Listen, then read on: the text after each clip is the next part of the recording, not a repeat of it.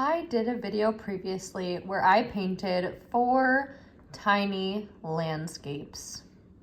I really enjoyed how these came out, and I currently leave these on my bookshelf as a reminder of how cool they are and how a few short brush strokes can really portray a scene even in this tiny form factor. And so today I have 4 new canvases and I am going to be painting 4 music album artworks.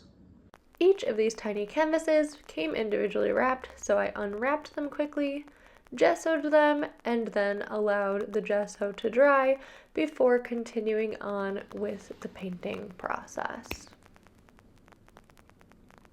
I have mocked up on my iPad the albums that I want to make into tiny covers.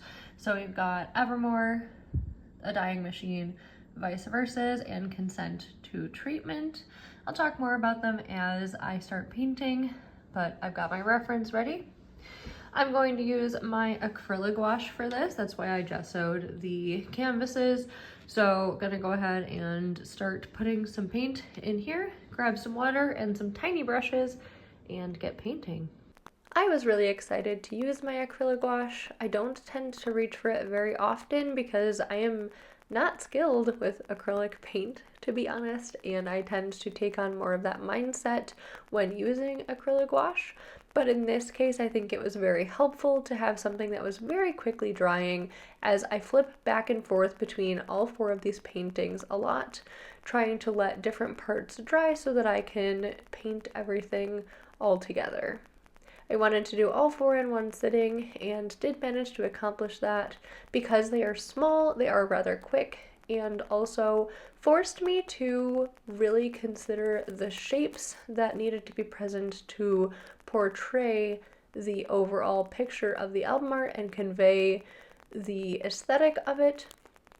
And also, as you see, allowed for some good layering, which I don't tend to be able to accomplish as well using watercolor or gouache in an opaque manner as such.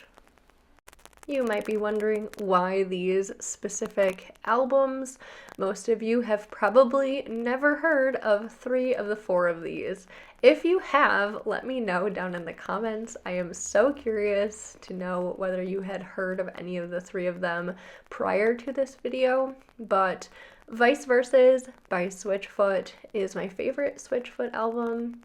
I just really enjoy a lot of the songs on it and also think that the album artwork is really cool in a really painterly kind of style. Consent to Treatment was probably the most impactful album on my life as a whole thus far and is an album that I just absolutely adore.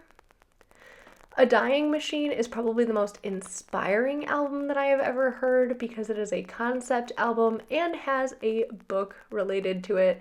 Mark Tremonti is truly the most inspiring human on this planet, and I am so curious to see what he does next. And obviously Evermore. I think I've talked about this in a previous video when I have painted this album cover and have also painted the folklore cover, but as a Swiftie, I just thought that these albums really hit at the right time. They were perfect for when they were released and again are just really inspiring from a songwriting perspective. I am really grateful to be inspired in so many ways from so many creative mediums. I love to read books, I love to listen to music. I am inspired by artwork and nature every single day, and that encourages me to get creative. And so making these album arts and just engaging with multiple forms of creativity at once was really fun and continues to spark inspiration in my own artwork, despite the fact that I am just following a reference in these paintings. Practically, I think that this practice also really helped from a developmental standpoint. Having to convey your message in a small space in a short amount of time is really an important skill when dealing with artwork as a whole. And this definitely forced me to do that. It was a very enjoyable process, as were the landscaped paintings that I have mentioned previously. I think that I will be doing more of these. I just have to get a few more tiny canvases. Let me know in the comments below what other tiny type paintings you might be interested in seeing, and I will see what I can do. I'm thinking either something like book covers, portraits, but would love to hear your ideas as well. Between Evermore and Consent to Treatment, I had a lot of fun with textures and different brushes trying to portray the trees in the background and the trees in the foreground here. It was an enjoyable process trying to figure out how to portray these things, again, quickly and without a ton of detail, but with enough that you could get the gist of what the album is, right? I wanted it to be recognizable at a glance if you knew the album to begin with. Choosing which details to include and which ones I could ignore was an important part of this.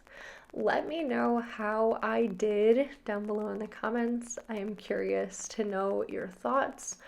The text on these was definitely some of the hardest, trying to get the words right.